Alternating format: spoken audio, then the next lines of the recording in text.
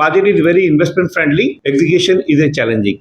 ফিকির পক্ষ থেকে যেটা submission to the national board of revenue এবং এই সরকারের কাছে এগুলোর ইফেক্টিভ এক্সিকিউশন, আমরা বাজেটে অনেকগুলো দেখি খুব ভালো পদক্ষেপ, বাট যখন অন দ্য গ্রাউন্ড ফিল্ডে যায় এটা কিন্তু ওইভাবে ওয়েলকামিং হয় না। সো কিভাবে আমরা এটাকে অন ফিল্ড লেভেলে এক্সিকিউট করতে পারি সেটা আমাদেরকে বেসিক্যালি গভর্নমেন্টকে আমাদেরকে হেল্প করতে হবে। স্নেহাশিসের যে প্রেজেন্টেশন সেটা আপনি দেখেছেন, অনেকগুলো জায়গায় আমরা দেখেছি হাই ডিউটি, যদি আমি বলে থাকি সফট ড্রিঙ্কসে অলমোস্ট 54%, সিগারেটে অলমোস্ট 84%। আমরা জানি আমাদের 15% ভ্যাট রেট অনেক হাই, এখন আবার রিটেলার ট্যাক্স 0.2%। ওভারঅল আমাদের যেই স্টাডি, যেখানেই ডিউটি অনেক বেশি সেখানেই লিকেজ অনেক বেশি। এখানে একটা হিউজ মোটিভেশন থাকে কিভাবে আপনার এই হাই ডিউটি স্ট্রাকচারটাকে আপনার অ্যাভয়েড করা যায়। তো আমাদের বক্তব্য হচ্ছে ফিকির পক্ষ থেকে, যেটা স্নেহাশিসের বক্তৃতা আসছে, যে লেভেল প্লেইং ফিল্ড করা।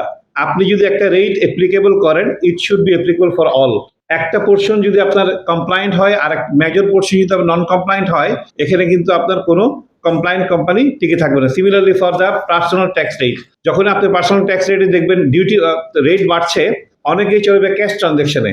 আমাদের এন্টায়ার ইকোনমিতে আমরা চাচ্ছি যাতে আপনার ক্যাশ লেস হয়ে যায়, ব্যাংকিং ট্রানজ্যাকশনে আসে, এবং এটা আপনার ওয়েলকামিং হবে যখন আপনার সবাই ব্যাংকিং ট্রানজ্যাকশনে আপনার করবে। সো আমার সামারি হচ্ছে, এই বাজেটে যে পজিটিভ দিকগুলো আছে আপনারাও ইকুয়ালি যদি আপনার একদিকে ফোকাস করেন যে আমরা এটা কিভাবে ইফেক্টিভলি এক্সিকিউট হচ্ছে, ইন্ডাস্ট্রির সাথে কিভাবে কনসালটেশনের মাধ্যমে আমরা ইফেক্টিভলি এক্সিকিউট করতে পারি, সেই জিনিসগুলো নিয়ে আসা। নাম্বার 2 হচ্ছে আমরা যেটা প্রপোজ করছি অনারেবল ফাইন্যান্স মিনিস্টারকেও, যে আপনার একটা ইফেক্টিভ টাস্ক ফোর্স করা, যেখানে ইন্ডাস্ট্রিও তাদের কোয়ার্টারলি এভরি 3 মান্থস এই যে আপনার রেগুলেটরি চেঞ্জেস অথবা ডিরেগুলেশন চেঞ্জেস, এগুলো অন গ্রাউন্ড অ্যাকচুয়ালি কিভাবে আপনার ইমপ্লিমেন্টেশন হচ্ছে তার ফিডব্যাকটা আমরা দিতে পারি। তাহলে হবে কি, গভর্নমেন্ট বুঝতে পারে যে আমাদের বাজেটে প্রমিস ছিল আর অন গ্রাউন্ড চেঞ্জে ইফেক্টিভনেস, এটার আপনার একটা ওভারঅল সামারি আসতে পারে। দ্য লাস্ট পয়েন্ট হচ্ছে 40% revenue growth is really very challenging.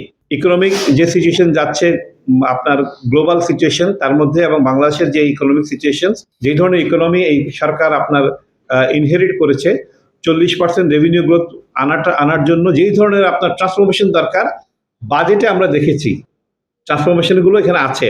But again come back to execution, যদি আমরা প্রপারলি যেভাবে স্নেহাশিস বাবু বলেছি যে মার্কেট শেয়ার এবং রেভিনিউ শেয়ার, এই প্রত্যেকটা ইন্ডাস্ট্রিতে আপনি আমাকে যদি জিজ্ঞেস করেন একটা এরিয়াতে এনবিআর এর ফোকাস করা উচিত 40% রেভিনিউ আপনার আনার জন্য, সেটা হচ্ছে এক্সিস্টিং ইন্ডাস্ট্রি, এক্সিস্টিং মার্কেট।